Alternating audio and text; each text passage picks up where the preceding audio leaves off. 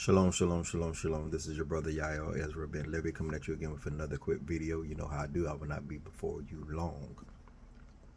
But I just wanted to share from last week's Torah portion, a nugget from that portion. And it comes from Deuteronomy or Devarim, chapter 11, starting at verse 6. I will be doing this reading out of the Art Scroll English Tanakh. Hallelujah.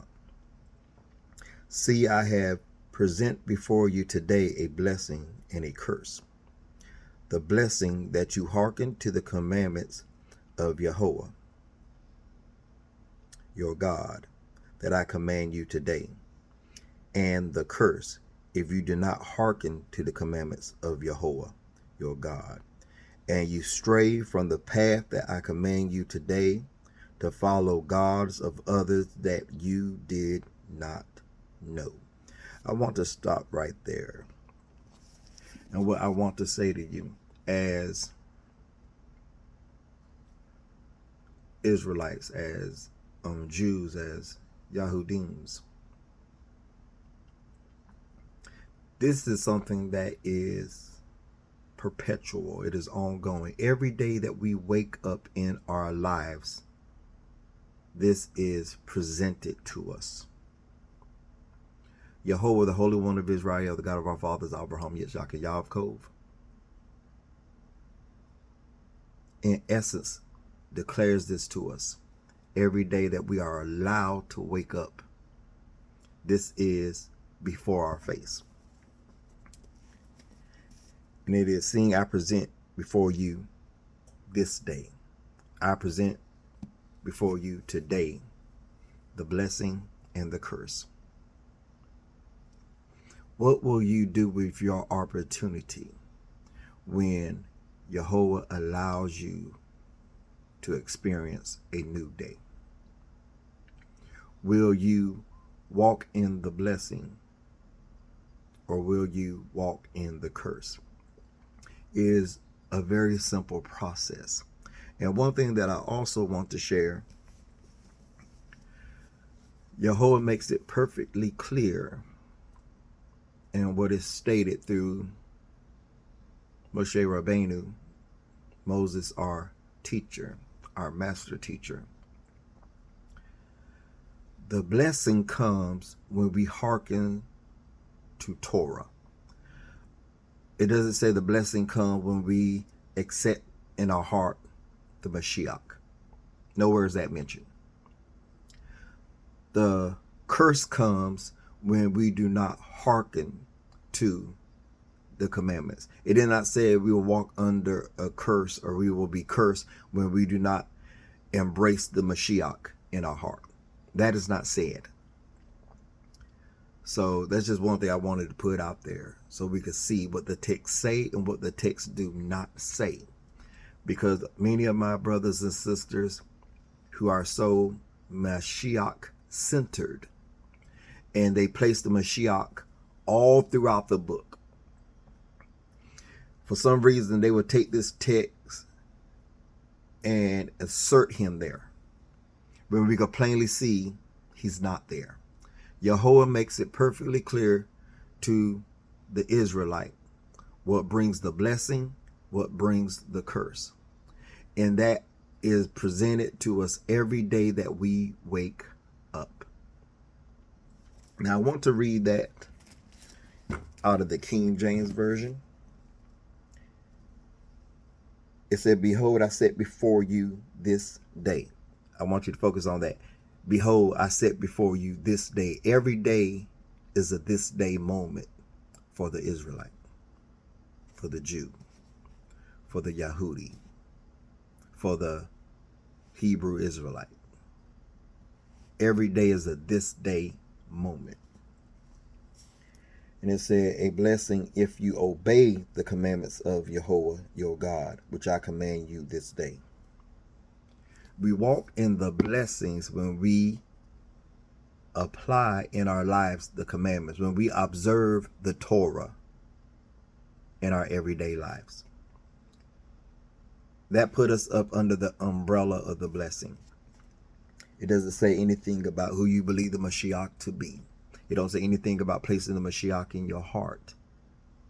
That language is not there, and I'm only focusing on what is there, not on what you could interject into the text. Because remember, we are also commanded not to add and not to take away.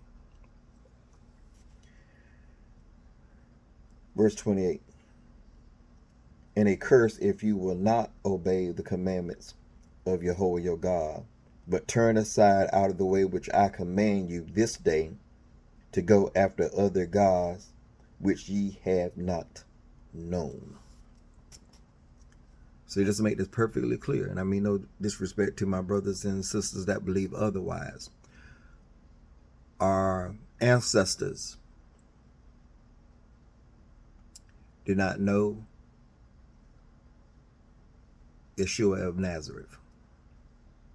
They did not fantasize about him. They did not dream of him. They didn't have discussions around the campfire pertaining to his person.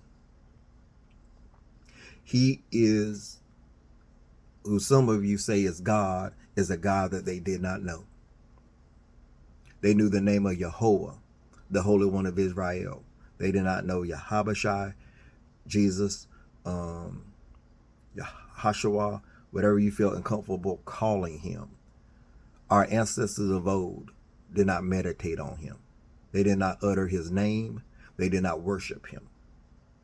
And I mean no disrespect in sharing that, because the texts make it perfectly clear that they did no such thing. Verse 29. And it shall come to pass, when Jehovah thy God has brought thee unto the land whither thou goest to possess it, that thou shalt put the blessing on Mount Gerizim and the curse on Mount Ebal. Are they not on the other side of Jordan, by the way before the sun goeth down, in the land of the Canaanites, which dwelleth in the campaign over against Gilgal, beside the plains of Moreh?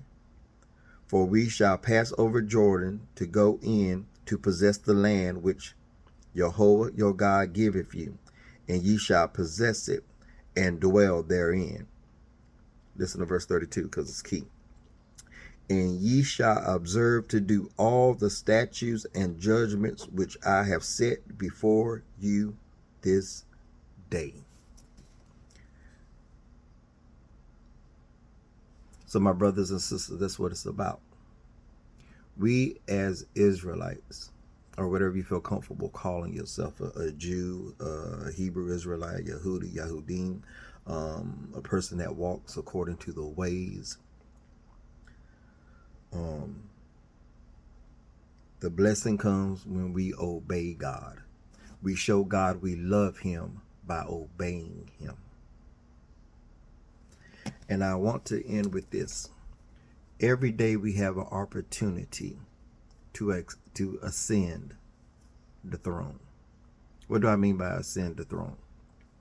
Every time when we draw closer to Yehovah through our observance, we are ascending the throne of Yehovah to be before his face. But if we can't ascend the throne, we can also descend.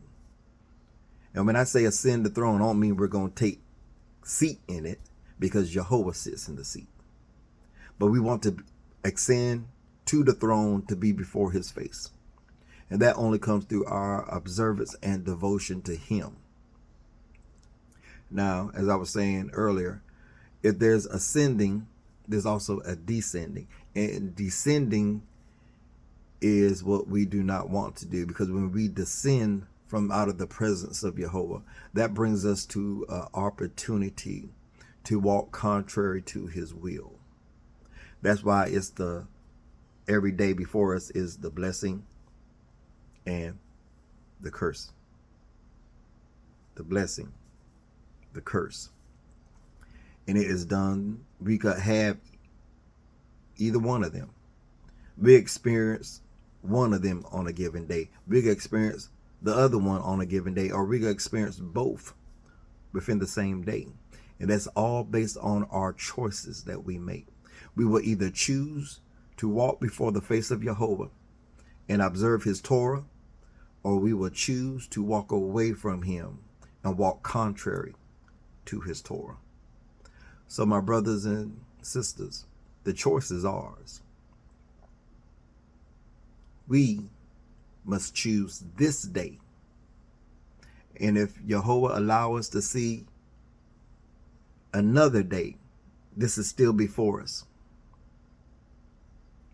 Before you this day, I have placed before you the blessing and the cursing. Now therefore choose. Peace.